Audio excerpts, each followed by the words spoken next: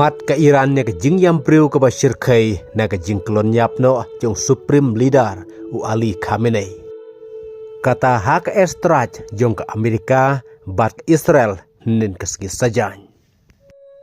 Hak bakat kumi kubor la ongru pau defense minister jong ka Iran kata Brigadier General Aziz Nasiraleh. Ulah klon yap lang no hak na estraj jong spy ka Amerika bat Israel ya ka Iran.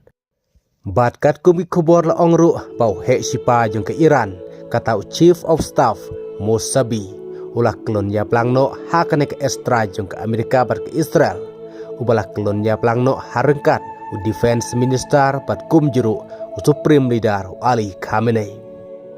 Hakabakat kum ki kubor laong bak Amerika bat ke Israel kila bom bat kila kruit ya ke Iran hakapor babaro kini ki leader kidang don haka meeting.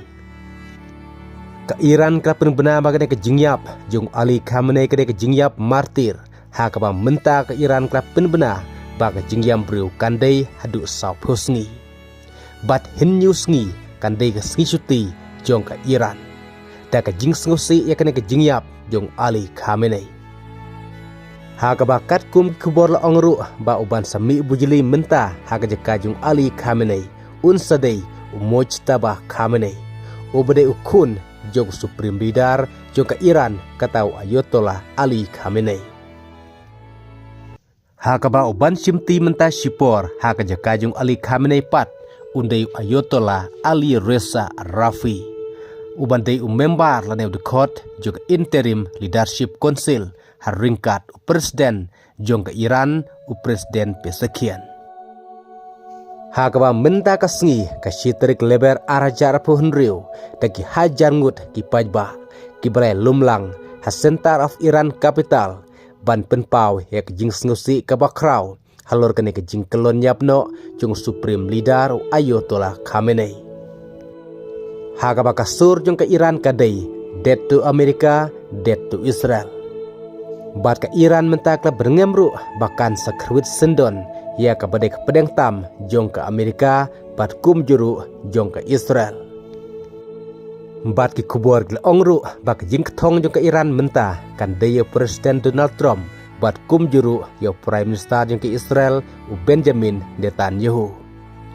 Ka Iran kala penebena bak ne ke jing kelon yapno jong Ali Khamenei ka de ke jing kelon yapno kumuta martir. Hak bah haduk kasni ke jing yap klem pendem setia hakmat ke Israel bat ke Amerika.